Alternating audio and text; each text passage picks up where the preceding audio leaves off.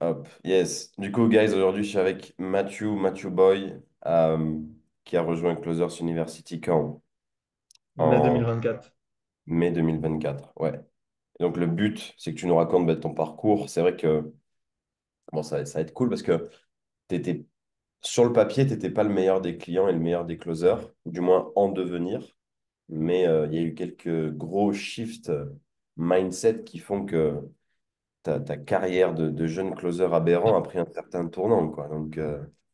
Donc, ouais, explique-nous, c'était quoi ton année 2024, là, comment t'es rentré dans le closing? Explique-nous un petit peu. Moi, je suis rentré dans le closing septembre 2023. Avant, j'ai toujours essayé de lancer des business, ça n'a jamais fonctionné. Donc, à un moment, j'ai dit, bah, fais un truc qui marche. Et le closing, je voyais que c'était quelque chose où il y avait très peu de taux d'échec, on va dire, là-dessus. Donc, je me lance septembre 2023, je commence à closer janvier 2024 sur une offre. Je commence à faire 1000, 2000 euros par mois. Et puis on se rencontre mai 2025. Mai 2025, je pense que je dois faire 3 4 000 euros par mois. Je suis sur une offre où tu vois, ça se passe bien, franchement. Je fais 25-35% de taux de closing. Je suis un des meilleurs closers là-bas. Je vais passer Head of Sales, Tu closais mais chez qui? Calme-toi, tu closais chez qui à cette époque-là? chez Loïc Bourget. Tu closais chez Loïc Bourget de quand? De janvier à avril. Ouais, de janvier jusqu'à juillet, hein. Donc de janvier à juillet, tu closais chez Loïc. Et le premier appel ensemble qu'on a fait, c'était quoi? C'était en mars. Oui, oui, c'était en mars. Je sais exactement à quel endroit j'étais, je m'en souviens bien. Donc on fait un appel ensemble parce que tu as envie de te faire coacher.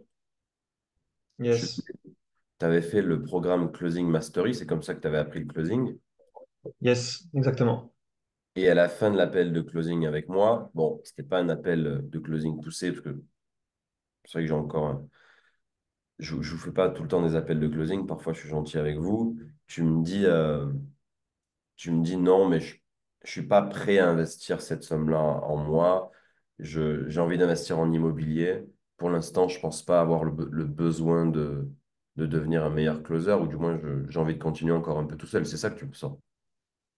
Ouais, mais en fait, vu que ça se passait très bien à ce moment-là, tu vois, genre vraiment, j'étais le top closer de mon équipe, ça se passait bien, les commissions augmentaient, je me disais que ce qui me manquait, c'était juste une bonne offre, tu vois.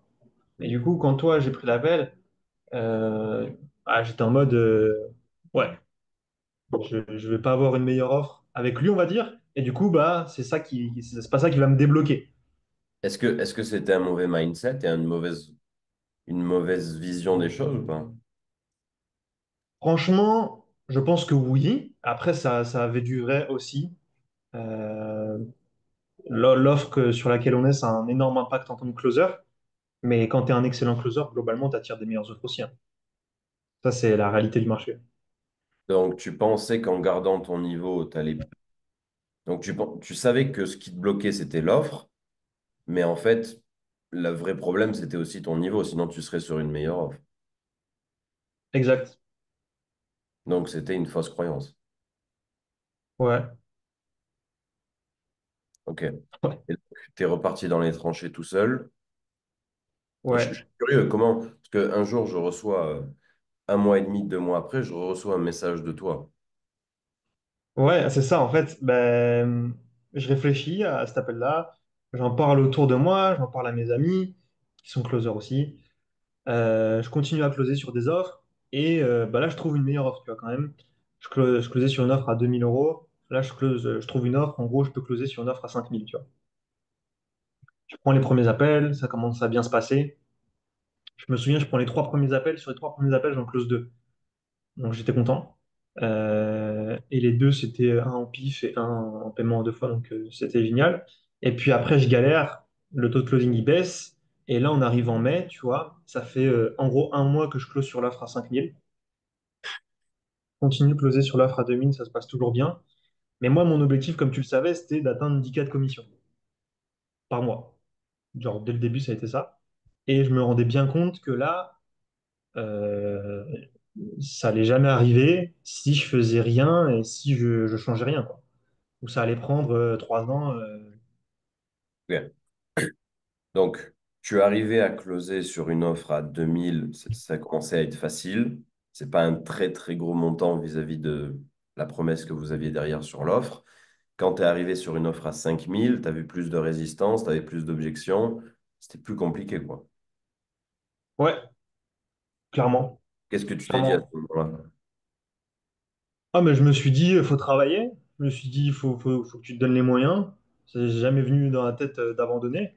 Mais je me suis dit, il faut que tu trouves une solution pour que ça bouge, quoi. Parce que, ouais, faut que tu trouves une solution pour que ça bouge. Et quelle était la solution? Bah, la solution, je t'ai rappelé, je t'ai envoyé un message. Et puis, mais je dis à Valentin, vas-y, on Pourquoi, y va. pourquoi moi? Parce que je pense que tu es un des seuls coachs solides sur le marché français, sincèrement. C'est ça, hein. Honnêtement.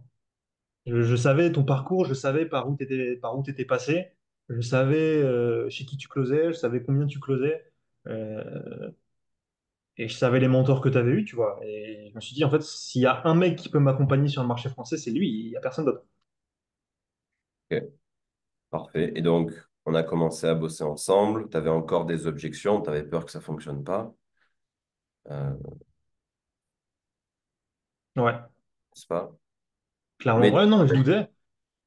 Je doutais. hein?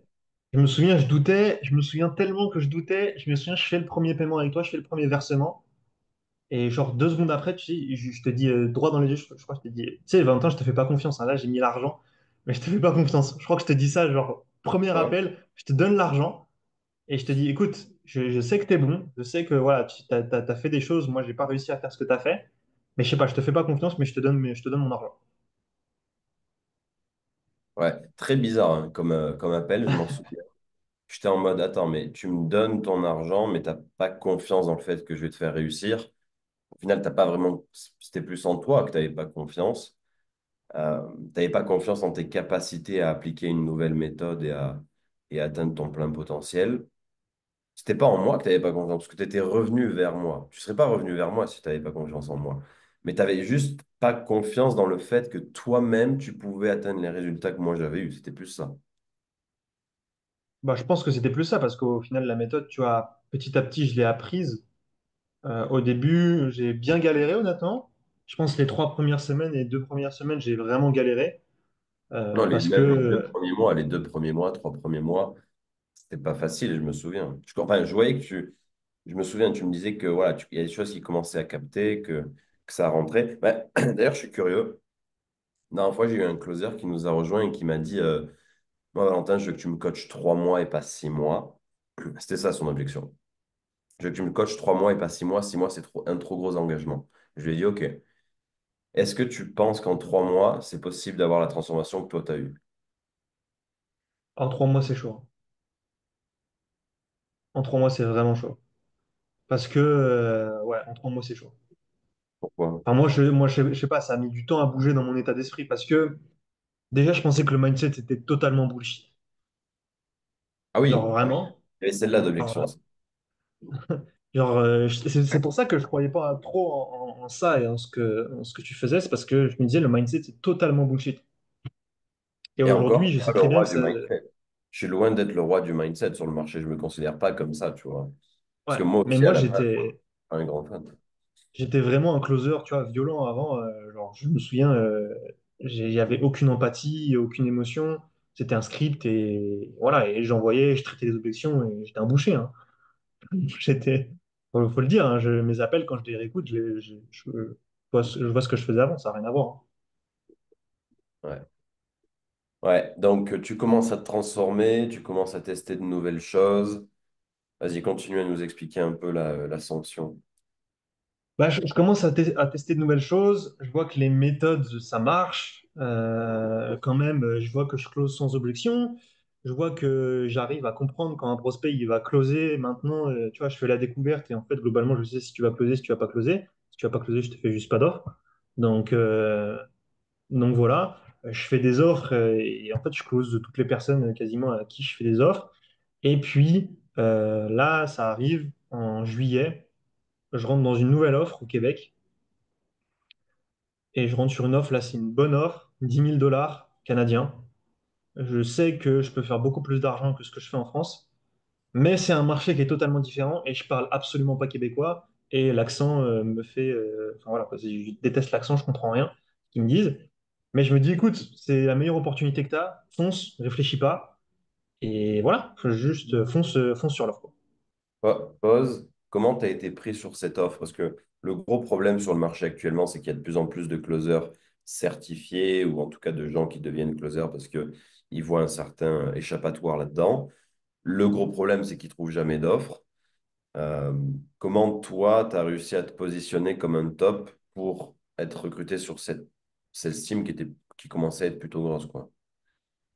Ça a toujours été mon réseau. En fait, c'est un closer qui était chez Loïc Bourget avant, avec qui je closais. J'ai parlé à cette personne-là. À un moment, elle a travaillé pour le Québec et elle m'a mis en relation pour l'Ordre du Québec. Moi, ça a toujours été le réseau qui a fait la différence. Alors, ça, c'est pour avoir l'opportunité. Mais tu n'as pas été pris parce que tu connaissais Pierre, Paul ou Jacques. Qu'est-ce qui fait que toi, tu as été pris et pas ton voisin? Parce que tu as fait une phase d'onboarding, ils auraient pu Ouais, trouver quelqu'un d'autre. parce que j'ai été sérieux, j'ai montré que j'en voulais et que j'ai montré que j'étais pas un clown, quoi. Enfin, sincèrement, dans les roleplays, voilà, si on fait les choses sérieusement, si on travaille l'offre, normalement, il n'y a aucune raison que ça se passe mal. Moi, j'ai jamais raté un entretien en closing, on m'a jamais refusé une opportunité parce que à chaque fois, tu vois, je me renseigne et je me donne à fond et en fait, ils voient bien que je suis professionnel. Parce que tu savais démontrer tes capacités à closer sur l'offre. On est d'accord ou pas? Ouais, et puis j'étais professionnel aussi. C'est-à-dire, Bah, j'étais pas un clown qui posait 1000 questions inutiles. Ah, mais ça, comment ça marche? Comment ça marche? Non, si j'ai une question, je vais la résoudre par moi-même. Et si vraiment j'arrive pas à la résoudre par moi-même, là, je t'envoie une question, tu vois. Mais je vais essayer de tout faire par moi-même et je vais pas te faire chier, tu vois. Et c'est ce que les infopreneurs veulent, tu vois. Il faut comprendre leur mindset. Ils veulent des gens qui closent et qui les font pas chier, quoi. tac, ils veulent des gens avec qui on peut aller à la guerre, littéralement. Exact. Et du coup, j'ai été pris. J'étais le seul Français à faire l'onboarding. Il y avait que des Québécois, je me souviens. Quand je finis le truc, je me dis, c'est pas possible, ils vont jamais me prendre. Au final, ils m'ont pris. Et je commence sur cette offre. Et comment ça s'est passé? Bah, le premier mois, genre vraiment, je fais 13 ventes, je crois. Pour juste donner une idée, il y avait deux closers là-bas. Les deux closers à deux, ils faisaient 7 ventes. Et j'en ai fait 13, genre premier mois. Donc, j'étais vraiment content. Là, je commence à faire, tu vois, 4 5 000 euros de commission par mois, vu que c'est une offre à 10 000 $ canadiens. Je commence à faire 4 5 000 euros. Je continue d'évoluer, je continue de travailler. Je crois que le mois d'après, je fais genre 18 ventes. Je continue d'augmenter. Je suis le meilleur closer là-bas. Pourtant, je suis français, tu vois, et il y a des choses où je comprends rien. Je comprends rien à l'immobilier au Québec. Mais les méthodes que tu m'as apprises, tu vois, elles sont solides et elles ne reposent pas sur connaître l'immobilier ou connaître autre chose. Donc, je me focus que sur le mindset des gens, en fait. Et voilà, petit à petit, je me fais une place là-bas. Est-ce que tu veux nous raconter l'anecdote qui a fait que tu as eu ce shift mindset, qu'après tu as réussi à plus challenger tes prospects, comme on a pu le voir d'ailleurs dans la vidéo qui sera le meilleur closer? En fait, j'ai eu un shift mindset de ce qui limite les gens dans leur vie, tu vois, ça, c'est toujours leur état d'esprit et, euh, et c'est juste ça, en fait. Et à partir du moment où les gens ils prennent responsabilité sur le fait que c'est eux le problème, qu'ils ont le mauvais état d'esprit et qu'ils le verbalisent et qu'ils le disent en appel, en fait, c'est closé. À partir de ce moment-là, c'est closé. Ok. Donc à partir de là, tu cherchais avec ton prospect le, le- le mauvais état d'esprit qu'il avait, qu'il le laissait là où il était, pour mettre le doigt dessus et lui demander s'il voulait changer ça, c'est ça? Je faisais ça sur les prospects qu'on avait besoin. Il y a des prospects qu'on avait moins besoin. Mais ouais, sur les prospects qui ont peur ou ça fait des années qu'ils sont bloqués, entre guillemets 80% des prospects, euh, il faut leur faire un changement d'état d'esprit, sinon ils passent jamais à l'action. Ouais, tu fais bien de préciser. Ok, cool. Et donc, alors actuellement tu es sur quelle offre? C'est quoi les commissions que tu génères? T'en es où? Bah, actuellement, je suis sur plusieurs offres. Je suis sur une offre en Suisse. À côté, je fais des challenges. Là, le mois dernier, pour la première fois, comme je t'ai dit, j'ai dépassé les 10K de commission. J'ai Une enfin offre en atteint Suisse. Une offre en Suisse que tu as eu comment? grâce au réseau de Val, c'est vrai, qui m'a été référé. Donc voilà, c'est une offre qui a 8 000 euros. Je close sur cette offre-là et à côté, je fais des challenges. Donc le mois dernier, j'ai fait plus de 10K de commission. Ce mois-ci, je suis à 8 000, donc je devrais faire plus de 10 Plus, normalement aussi. plus de 10K, tu as fait combien exactement? Tu as Je crois que j'ai facturé? fait 11 500. J'ai fait 11 500, je crois. Ok. Donc, tu as fait 11 500 donc, en étant closer chez Johan et en étant quoi? En sales Clo- manager clo- sur un challenge? Non, j'étais pas encore sales manager. J'étais closer sur un challenge. Ok. C'était quoi? C'était chez Allegria? Ouais, j'en ai fait plusieurs. J'ai fait Allegria, j'ai fait Smart Expat, j'ai fait Caroline Artaud. Donc voilà. Quel est celui qui s'est passé le mieux? Sur lequel tu as Celui fait de le plus? Caroline. Celui de Caroline. Celui que j'ai fait en mars, là. Ouais. Donc Ok. voilà. Et comment tu te sens enfin d'avoir atteint l'objectif? Au final, tu auras mis quand même légèrement moins de ans. Ouais. Qu'est-ce que, Ben, qu'est-ce que ça change? Qu'est-ce que ça change pour toi? Je sais pas. Quel bah, âge tu as? T'as 23? j'ai 22 ans. 22. Enfoiré. Ça Ben, change. déjà, en termes de liberté, en termes de revenus, je suis parti au Mexique, là, là, je suis au Brésil. Puis je vais m'installer cette année, soit à Il y a Bali, moyen soit que à tu Dubaï. bouges ton ordi. Il y a moyen que tu bouges ton ordi parce que tu sais, il y en a, ils sont tellement sceptiques, ils vont dire ouais, c'est pas vrai, il est pas au Brésil. Tu vois, et on voit quoi là? Attends, je sais pas si les gens ils vont voir. Je sais pas si les gens ils vont voir parce qu'il y a le reflet du soleil. Je sais pas si les gens vont voir. Ouais, non, là, on voit rien comme ça, tu montes la fenêtre, mais Ouais, mais bref. Mais bref. Euh, donc voilà. En termes de style de vie, en termes de liberté, puis surtout en termes de confiance en soi, tu vois. Honnêtement, savoir que tu vois, j'ai fait plus de 10K de commission. Je sais très bien que la plupart des closers, ils n'arrivent pas à ces chiffres-là, hein, clairement. 90% des closers, ils n'arrivent jamais à ces chiffres-là. Donc c'est juste être content du chemin qui a été accompli, puis ensuite je vais faire beaucoup plus, hein. Aujourd'hui, je côtoie des gens qui font 20 25 000 euros de commission par mois, 30 000 euros de commission par mois, et je sais que c'est largement atteignable, qu'ils n'ont rien de plus que moi, qu'il faut juste travailler et être sur les bonnes opportunités, et ensuite ça déroule, hein. quel est ton plan pour faire plus si tu souhaites faire plus? Ou du moins, quel est ton Bah, objectif? moi, mon objectif actuellement, c'est de continuer à générer le plus d'argent possible. De un, en continuant de closer, parce que je veux toujours continuer de closer, même quand je serai head of sales. Et de deux, monter des équipes de vente. Actuellement, je gère une équipe de vente. Donc, c'est de faire monter cette équipe de vente-là, atteindre les paliers 100 000, 150 000, 200 000 euros par mois avec ce business que j'accompagne. Et puis voilà, tout simplement. Ça te plaît ça te plaît de gérer, de manager des équipes? Ouais, ouais, j'adore. J'adore. J'adore. Dès que j'ai commencé, je savais que mon head of sales, je lui ai dit, toi, un jour, je serai à ta place. Que j'adore. Qu'est-ce que tu aimes dans ça? Parce que personnellement, je suis pas un grand fan. J'aime j'aime enseigner, c'est vraiment ma zone de génie. Mais gérer les problèmes qu'a un head of sales, ça me casse les couilles, tu vois. Qu'est-ce que toi, t'aimes dans ça? Bah, ce que j'aime, c'est le côté passif, en fait. Le fait de se dire que quand je dors, j'ai des closers qui closent pour moi, qui me ramènent de l'argent. Ok. Moi, je trouve que c'est une dinguerie quand même. Oui, ça, forcément, c'est le côté positif du métier, quoi. Bah ouais. Faire 5 6 7 8 10 000 euros en tant que head of sales et bien plus, parce que je sais qu'on peut faire bien plus dans ce domaine-là, bah, en prenant quoi, 1 heure, 2 heures, 3 heures par jour, il y a peu de choses qui t'amènent ça. Ouais. Et je suis curieux, qu'est-ce que tu as appris dans une formation pour devenir head of sales que tu n'avais pas en tant que closer? Quel est le gros truc que tu as appris qui a fait que tu as pu devenir head of sales, alors mis à part le réseau, quelles sont les compétences que tu as développées pour manager des sales teams? Euh, comprendre qu'il y a différentes façons de closer, comprendre que chaque manière de closer est unique à la personne qui close, tout simplement. et aussi comprendre le marketing. C'est ça que j'ai appris dans la formation Head of Sales que j'ai pas appris dans le closing. Mais sinon, en soi, coacher des closers, je pouvais déjà le faire quand j'ai fait des formations de closing, euh, tout simplement parce que mes skills étaient supérieurs à la plupart des gens du marché. Et c'est grâce à ça aussi aujourd'hui que je coach mes closers et qu'ils progressent, hein. Parce que mes skills sont meilleurs que la plupart des gens sur le marché. C'est pas pour me la péter ou quoi. C'est juste, j'ai dépensé bien plus en formation que 90% des gens, quoi.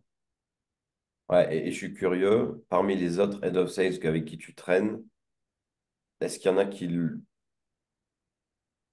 sont pas, comment dire, est-ce qu'il y en a qui sont head of sales mais qui ont pas le niveau pour l'être? Enfin, j'en sais rien. En fait, il y en a tellement peu sur le marché que j'ai l'impression qu'il y a un besoin, mais que parfois il est rempli par des personnes qui sont pas forcément bons en closing. Et c'est OK, tu vois, tu peux être head of sales et pas être une machine en closing, je pense.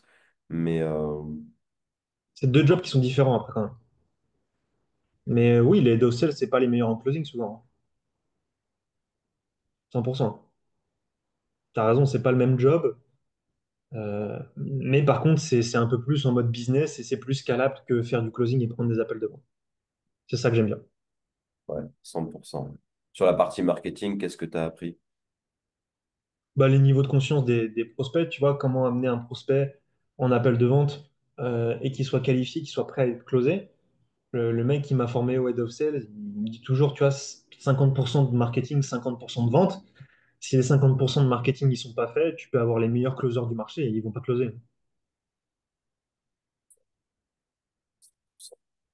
Allez, cool. Bah, en tout cas, très content pour toi. Félicitations, Matt. Et puis, tu que 22 ans, donc ça va être cool de voir ce que tu vas pouvoir nous faire dans les prochaines années. Quels sont les prochains challenges où tu vas être Head of Sales? Alors, je vais pas être Head of Sales sur des challenges, je vais continuer d'être Head of Sales sur une équipe, comment dire, temps plein à côté. On ne fait pas de challenge sur cette équipe-là, mais je vais continuer de closer sur des challenges. Donc là, il y en a plusieurs qui arrivent. Il y a Liberty Webby, il y Ok. a Carole Est-ce Info, qu'il y a une raison? Il y a une raison de pourquoi tu vas pas être Sales sur les challenges? Head of Sales sur les challenges. Honnêtement, c'est beaucoup plus énergivore que être Head of Sales à l'année. Ouais, ça c'est sûr. Tu dors pas Je me pendant, dis, de quoi? tu dors pas pendant 3 semaines là, sur tes trucs. Ouais, tu dors pas pendant 3 semaines et je me dis, en vrai, je pense qu'un closer qui est bon, qui est vraiment bon, sur un challenge, il peut faire plus qu'un Head of Sales. Ouais, ouais. Comment vous êtes payé combien en tant que Head of Sales sur un challenge? Faut négocier, tu vois. Faut toujours négocier tes contrats, ça dépend. Entre, ça dépend entre 3 et 7%, 8% du cash collecté. Ok. Donc, en effet, si tu es closer et que tu es payé 10 ou 12, tu peux aller chercher bien plus que le sales manager, quoi. Enfin, Bah, après, ce qui est, c'est cash collecté, tu vois, overall. C'est-à-dire, si tu as 20 closers, oui, tu vas prendre oui, mais si tu es 3% le ou closer qui fait, si tu mets un bouchon au deuxième closer, clairement. Bah, moi, sur le dernier challenge, j'ai une closeuse qui a fait, chez Carolin, là, qui a fait 16 000 € de commission. Elle a fait plus que la dose 16, clairement. Donc, très bon, voilà. très bon, très bon. Comment tu veux qu'on appelle le titre de cette vidéo, de cette interview? Comment je suis passé de 2 000 à 3 000 € par mois Ouais. à 21 ans à plus de... Mais honnêtement, tu vois, ce qui m'a apporté au-delà de ça, c'est que avant, je me disais c'était une opportunité qui va durer je sais pas combien de mois et j'étais un petit peu fébrile. Alors maintenant, je suis confiant qu'avec les compétences que j'ai, franchement, et c'est pas pour me la péter encore une fois, mais je pense que la plupart des closers du marché, tu vois, je sais que j'ai plus de compétences qu'eux et je sais que je vais durer des années, des années, des années sur ce marché, tu vois. Donc le titre, c'est quoi? C'est comment je suis passé de closer fébrile qui génère 3 000 € par mois à top closer et head of sales à plus de 10K par mois? C'est ça le titre? Ouais, ouais, tu peux mettre ça En moins de 12 mois. en moins de 12 mois. Bien joué. Qu'est-ce que tu as une dernière chose à dire pour ceux qui sont soit dans ta situation il y a un an, soit qui se lancent en closing, parce qu'il y en a tous les jours des nouveaux, là j'en vois qui rejoignent le school, qui voient ma chaîne YouTube, etc. Qu'est-ce que tu as envie de leur dire à ceux qui ont entre 20 et 25 ans ou même 30 ans et plus, et qui démarre le closing et qui a envie d'atteindre tes objectifs, quel est le meilleur conseil que tu as pour eux?